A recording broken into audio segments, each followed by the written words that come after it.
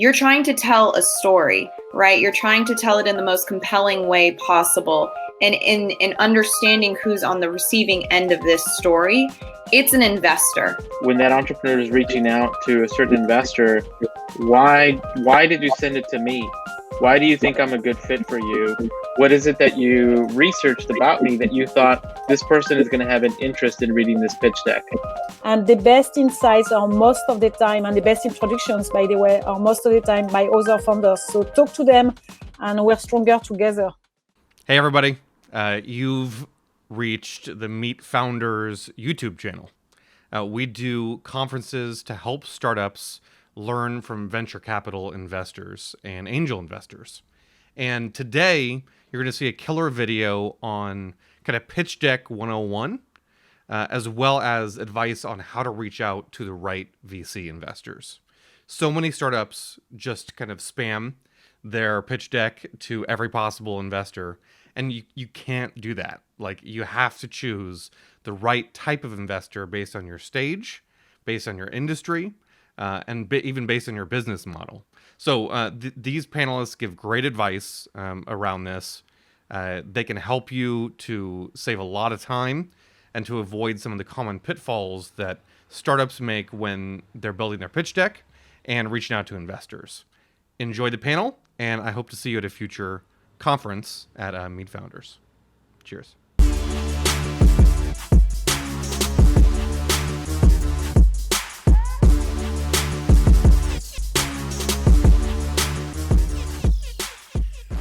Let's just start with almost like a pitch deck 101. You know, this is my first pitch deck. What should people think about as they're producing it? And, you know, any sort of tips that you can share, do's and don'ts, resources that could come in handy. What would you suggest as you're creating your first one? I will say for me, the first slide is super important. I think Eli mentioned it with Daniel. We're all trying to fix things. I'm particularly obsessed by underserved needs. So it can be about femtech, woman wellness. So it's not only about big markets. It's also about understanding the insights and trying to have an impact. I think we're in a period, especially after this COVID period, where we want to fix things. So the first slide should be about the purpose.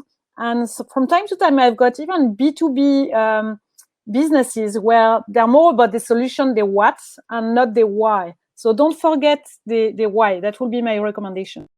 Ruben here. I think you're going to hear it from all of us, but it's finding a way to stand out and having some character, not templated, but something with character, maybe even, especially if these are being sent, because everything's digitally now, but something that jumps out with some video. I hate to say it, but video catches attention more than stagnant digital. And then anything that they can do to really illustrate why they are the team to do this, or why this is the founder to do this. What's the personal connection to the problem? I like it when it's simple and when it looks attractive, right? So if I see it, even if I know it's not a fit for me, I'd like to at least just go through it for the sake of going through it and give the entrepreneur the courtesy. But if it makes it difficult and it's riddled with too much content, it's hard for me to follow the story, I'll lose interest really quickly. Because one of the things that I like to do at the end of the pitch deck is figure out why it wasn't a fit for me and where I might be able to redirect it and maybe introduce additional individuals. And so if you don't at least get me to that level of a close, then your pitch deck didn't really do what it was supposed to do, is to be able to garner an investor's attention to do something with it. Doesn't necessarily mean invest, but you want them to do something with it. So that's what I would say, is keep it simple, but make it attractive so that others can keep going through and seeing how else they can be helpful. The way that I like to teach founders about thinking about pitch decks is you're trying to tell a story, right? You're trying to tell it in the most compelling way possible. And in understanding who's on the receiving end of this story, it's an investor, right? It's not a customer, which has a very different kind of, they're thinking about different things that they're trying to get out of your story. From an investor, they're trying to understand one, are you going to be able to achieve what you're going to be able to do? And if I give you money, are you going to be able to 10, 100x my investment, right? So they're analyzing you from a different perspective. And so you need to be able to craft a story in that way that, to Eli's point, gets their attention. But also, tell the story about how the team can solve this problem. And of course, around the why, right? Like, why are you the people out of all the people in the world to solve this problem, right? I would say a lot of it has to do with finding that founder partner fit. And that comes from a human, personal level. Most investors are only going to make, 1 to 2 investments a year. For at least for the bigger check stages, and then for the smaller checks, they might be doing more, but still try to capture their attention in that way is important. It seems sort of almost counterintuitive that you want to keep it simple and clear and well designed, but you also want it to be personal enough and individual enough to sort of catch people's attention. How do you sort of balance between that? Practice and feedback. I mean, seriously, every entrepreneur should probably have like 50 different pitch decks that they've started with, right? And then they iterate, and they're made for different audiences till they finally land on something that is comfortable for them, right? But also lands with the right investor. One of the things that I like to see also is when that entrepreneur is reaching out to a certain investor, why did you send it to me? Why do you think I'm a good fit for you? What is it that you researched about me that you thought this person is going to have an interest in reading this pitch deck? And so, that's part of making those revisions, is landing on what the style and the values and the interest level of that investor is going to be. Because I guarantee you, if I'm looking at science and tech, those pitch decks are going to look different than fashion or retail or consumer, right? But they're going to have that flavor that's adequate and appropriate for each of those investor types. I would add to Eli said, don't be afraid on the practice. Don't be afraid to mention to investors. If you're really early, don't be afraid to actually ask them if you can just get feedback and use them as someone to practice on. You never know where that could go, but you're going to need it anyway. They'll give you the best feedback. The more you meet other founders, the better, because they will help you to understand how to do your due diligence. You can't talk to all VCs. If you talk to 100 VCs, maybe you've got the time to do that, but it's better to talk to 20 of them that are exactly at your stage, exactly in the verticals where you want to build your company. And the best insights are most of the time, and the best introductions, by the way, are most of the time by other founders. So talk to them, and we're stronger together. The personalization comes from the actual interaction you have, right? Like, you can have a pretty standardized pitch deck, but how you walk through it, where you pause, how you ask questions, how you engage the investor, you want to keep it conversational during the pitch. You don't want to just pitch at somebody. Honestly, if someone's not asking me questions along the way, you've probably lost me already. And it's not like I'm not paying attention.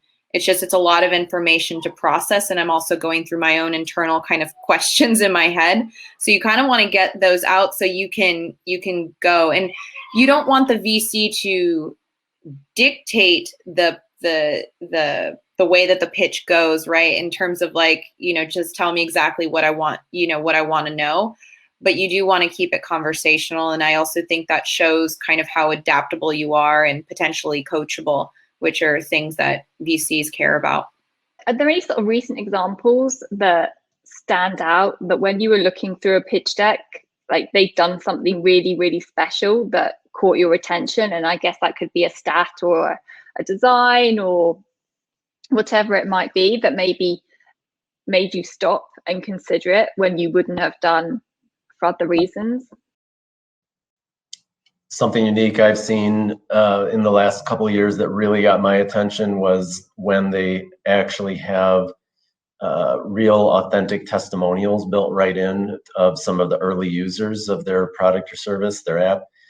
And then not only that, but one that I worked with took it a step further and invited me to reach out to a couple of those users and actually talk to them myself. I thought that's a great way. They weren't pitching me. They let me call on the people using it and find out from them firsthand. Yeah, one that stands out to me that we just our group got behind recently was an enterprise platform that quantifies diversity, equity, and inclusivity metrics for large enterprises. And what I loved about it is that they captured the problem perfectly, and they were able to walk you through, the specifics of what certain companies struggle with when they're trying to figure out DEI. What does DEI mean? And they were able to really not only characterize it, but then quantify it, and then quantify it in a way that leads to an actual business model. So the way that they walked you through that storyline, you just keep saying, yes, that makes sense, that makes sense, that makes sense.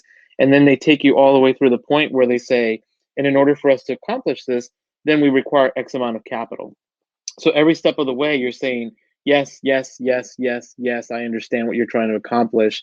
And now I know what you need help with. And it was more than just money, because they actually put additional asks in their pitch deck, which I also like to see is you're thinking as to the investor as not just a check, but more so what value can we bring and what other support should that investor be bringing to the table. So that's what I like to see also, is the ask should just be more than just money as well.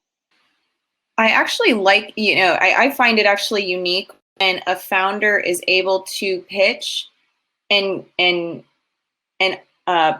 kind of predict what my question is going to be and have like kind of the next slide be that answer, right? Like if at every point I have a question and the next slide is the answer, I feel like the founder has been practiced, well rehearsed. I mean, it's sad that it's unique, but it does show the quality of a well-prepared founder if they've already anticipated all the objection points, or if they understand from a high level what they're, by being in a certain industry or kind of the objections they've gotten already, if they're able to build that into the story up front so that I lower my guard a little and be like, oh, actually, okay, something's unique here that I would have been like, I would have bypassed earlier, then that kind of keeps me engaged. We're actually looking at a company now that from the outset looked pretty standard, but then you get to you meet the company and then they start talking through things and you're like, oh, you've got something here that wasn't obvious, right? Or maybe not have felt as obvious before. So always a good thing. Thank you again, everybody. Thank you to MeetFounders for inviting us all here today, and looking forward to continuing the conversations. And good luck with all of your pitches, everybody. Thank you, Victoria, for being a fabulous moderator. Thank you. Yes, thank you. Thanks, Tori.